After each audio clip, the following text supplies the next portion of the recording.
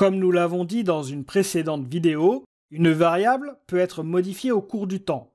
Et pour cela, on va pouvoir modifier sa valeur ou faire des calculs dessus. On pourra faire tout type de calculs mathématiques basiques existants, et même des plus complexes, à l'aide de fonctions mathématiques que nous verrons plus tard.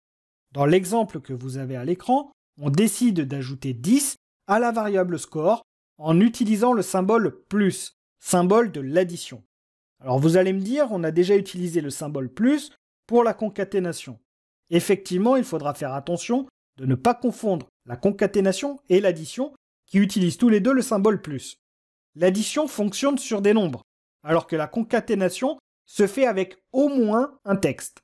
Si vous utilisez le symbole plus entre un texte et des nombres, alors le résultat sera un texte, et les nombres seront mis bout à bout du texte pour en devenir un texte.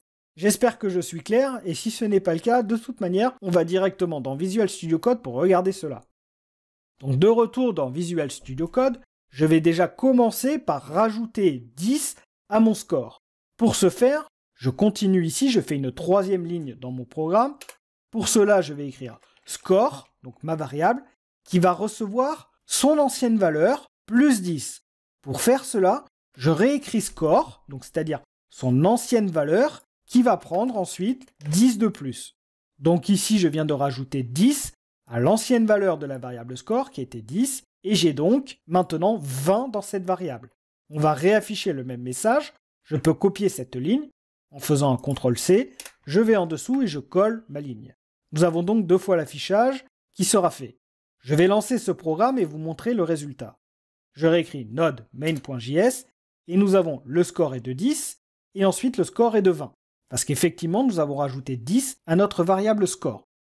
On aurait pu également directement écrire dans la variable score que score reçoit la valeur 20. C'est-à-dire qu'ici, on a changé de valeur. On n'a pas augmenté la variable score de 10, mais on a changé sa valeur pour mettre 20. Là, le résultat forcément sera le même si on a utilisé une autre méthode. Donc vous voyez que quand je relance, j'ai bien 20 qui s'affiche aussi. Je précise donc bien que je n'ai pas fait de calcul. Ici, j'ai juste remplacé la valeur de la variable. Donc je vais revenir en arrière, je remets ma ligne. Ici, j'ai fait un calcul qui a été de rajouter dans ma variable score 10 points. Et vous noterez bien cette écriture, c'est score reçoit, je dis pas égal, je dis bien reçoit puisque c'est une assignation, reçoit son ancienne valeur plus 10. N'hésitez pas à revenir sur la partie algorithmique si besoin. Par ailleurs, je vais vous montrer une deuxième écriture pour écrire cela. J'aurais pu simplement écrire plus égal et mettre simplement la valeur 10. Donc ça revient exactement à la même chose que ce que j'avais écrit juste avant. C'est-à-dire que score va récupérer son ancienne valeur plus 10. Donc c'est une écriture un petit peu spéciale. Quand on a l'habitude, on écrit toujours comme ça, mais elle est peut-être moins claire au départ. Donc je vais lancer à nouveau cela et vous allez voir que là, ça rajoute bien 10 à score et du coup, j'ai bien le bon affichage qui apparaît. Donc si vous êtes à l'aise, vous utilisez cet affichage, sinon vous utilisez l'autre, c'est-à-dire celui-ci, qui permet de bien décrire ce qui se passe. C'est le score reçoit son ancienne valeur plus 10. Maintenant, je vous ai parlé de la problématique entre la concaténation et l'addition. Effectivement, il faut faire très attention de ne pas confondre les deux, parce qu'on peut vite avoir un problème. Je vais vous l'illustrer directement en rajoutant un plus, et je vais rajouter dans ma variable score un texte en plus. Je vais dire, par exemple, que c'est des points. Donc je rajoute ce texte à la fin. Je fais score plus 10 plus point. Maintenant, si je lance, vous allez voir le résultat que ça donne. Nous avons eu, le score est de 20 points. Cela s'explique parce qu'on a fait score plus 10, donc d'abord le calcul, et ensuite on a fait la concaténation avec points. Comme je vous l'ai dit, en programmation, la règle des priorités est la même qu'en mathématiques. Et ici, le calcul a été réalisé en premier avant la concaténation. Maintenant, si à l'inverse, j'avais mis un texte au départ, comme par exemple S, 2 points, que je mets le plus, vous allez voir ce que ça donne maintenant. Je vais relancer, et vous pouvez voir que là, ça n'a pas fait l'addition. Ça a affiché S2 points, 10, 10. Parce qu'en fait, on a commencé par un texte auquel j'ai concaténé avec la valeur de la variable score, c'est-à-dire 10, auquel j'ai concaténé avec la valeur 10, auquel j'ai concaténé avec point. Donc ça n'a pas fait le calcul.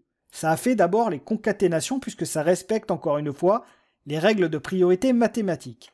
Si je veux qu'à la place ça me fasse le calcul, ce que je peux faire c'est mettre entre parenthèses score plus 10. Du coup vous allez voir que si je lance, je vais bien avoir S 2.20 points. Donc le calcul a bien été réalisé parce que j'ai redéfini les règles de priorité mathématiques ici en utilisant le symbole des parenthèses. Donc ce sont des notions qu'il faut vraiment bien comprendre et ne pas confondre la concaténation qui est le fait de mettre bout à bout des textes et ou avec des nombres et le fait de faire des calculs entre des nombres. C'est vraiment très important à comprendre. Un dernier point ici que je viens de mettre en évidence, c'est que dans une variable qui était au départ de type entière, c'est-à-dire qui contenait des nombres, je l'ai transformée sur cette ligne pour y mettre du texte. C'est ici l'une des faiblesses, encore une fois, du JavaScript, c'est le fait de pouvoir faire tout et n'importe quoi dans les variables et de pouvoir changer leur type. Donc au départ, c'était de type entier et maintenant c'est de type chaîne de caractères. On détaillera tout ça dans le prochain module sur les différences entre les types. Mais en tout cas, je voulais vous le montrer maintenant et vous voyez que je peux faire un peu ce que je veux sur mes variables.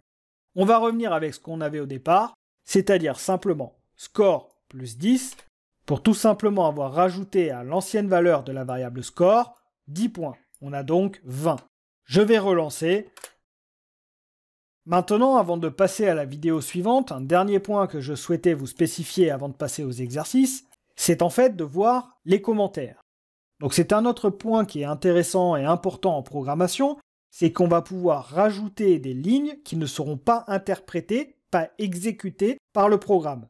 Ces lignes sont appelées des commentaires. Vous pourrez en rajouter n'importe où dans votre programme, et pour cela, vous utiliserez le symbole du double slash pour n'écrire qu'une seule ligne. Donc si vous voulez mettre un commentaire sur votre ligne pour vous donner une indication, vous utiliserez ce symbole des doubles slash. Par contre, si vous voulez créer plusieurs lignes de commentaires, dans ce cas-là, vous pourrez utiliser le symbole slash étoile pour ouvrir le bloc et étoile slash pour fermer le bloc. Vous avez un exemple ici. Donc là, je viens de faire un bloc de 4 lignes qui contenait ce commentaire. Allons regarder cela rapidement dans Visual Studio Code. Je vais revenir ici et je vais écrire une ligne de commentaire sur la ligne 3 pour indiquer ce qui se passe, c'est-à-dire on ajoute à la variable score son ancienne valeur plus 10. Donc là, je viens de rajouter un commentaire sur une seule ligne et vous voyez, j'ai utilisé le symbole du double slash. Maintenant, si je veux rajouter un commentaire tout en haut qui sera sur plusieurs lignes, je peux par exemple écrire 2 lignes qui auront bien entendu les slash comme cela, ou alors je vais pouvoir utiliser slash étoile qui va permettre d'ouvrir un commentaire, et vous pouvez remarquer d'ailleurs que ça a tout mis en commentaire en dessous, symbolisé par la couleur verte. Pour fermer un bloc de commentaires, j'utilise étoile slash. Et donc là, entre les deux, je vais pouvoir mettre du texte pour mettre mes commentaires. À noter d'ailleurs que vous pourrez écrire par exemple slash étoile étoile et que si vous appuyez sur rentrer, vous aurez un bloc qui va se créer tout seul. Ce qui permet de gagner un petit peu de temps. Et je peux écrire ici un commentaire sur 2 lignes. Bon, je ne suis pas très inspiré, c'est en tout cas pour vous montrer cette fonctionnalité de commentaire. Maintenant, une dernière petite chose que je vais utiliser assez régulièrement pour tester nos programmes, ça sera de mettre des blocs en commentaire en utilisant un raccourci. Si par exemple je veux mettre ces 2 lignes en commentaire, je peux utiliser CTRL et appuyer sur les 2 points. En faisant ainsi, ça va me mettre directement les lignes en commentaire. Et si je rappuie sur le même raccourci CTRL 2 points, ça enlève les commentaires autour de ces 2 lignes. Je vous propose maintenant de passer aux exercices sur les variables.